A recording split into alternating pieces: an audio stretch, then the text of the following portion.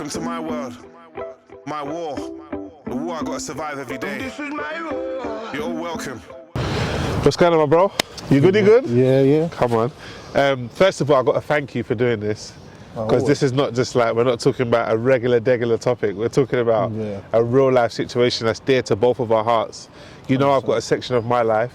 This is a section of your life now. You're coming into my world, I'm coming into your world. I've got a few questions. The first question is, what is your name and how old are you? My name's Dan and I'm 27. 27? Fuck. I know, I'm getting old.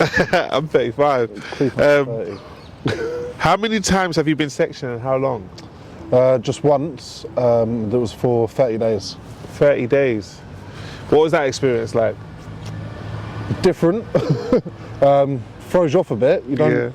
When you're in there, it's kind of very surreal. You're like, I'm actually here.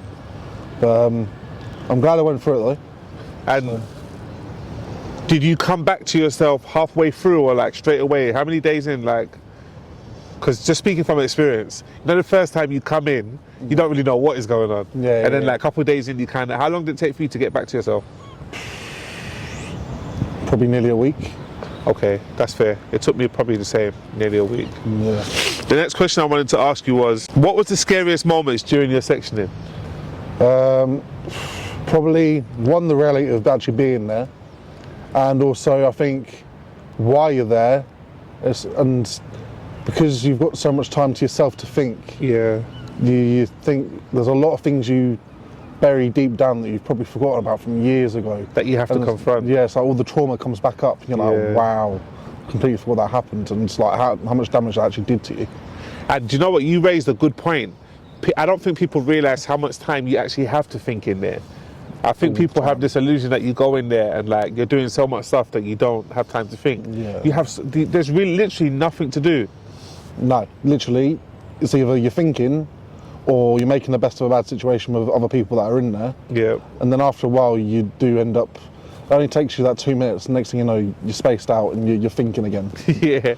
And on the topic of what was the scariest moment during being in there, did you witness anything scary? Like any patients acting out, screams, like anything? It was, I wouldn't say scary, but it was a bit like a reality check. There was, I did see someone in there who'd come in who was like still on drugs.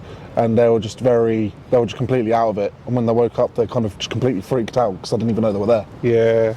Yeah. Did being sectioned help you get better? And if it did, how did it help you get better? It's a complicated question, to be fair. I wouldn't say it necessarily helped me whilst I was in there, although it did give me a lot of realizations about things.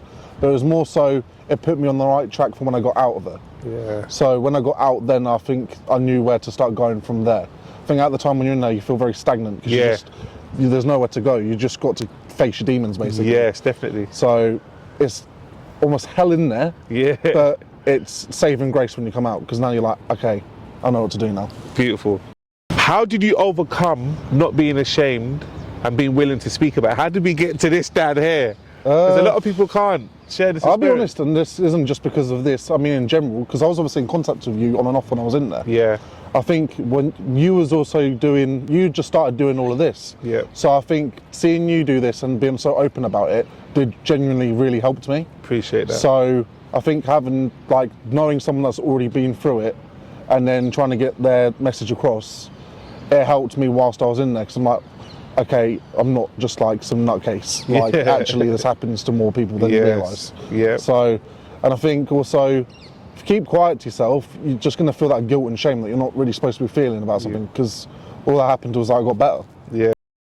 Do you have any words of hope for anyone still going through it? Yeah. I'd definitely say stick with it. Try not to think everyone's your enemy, as hard as it seems at the time.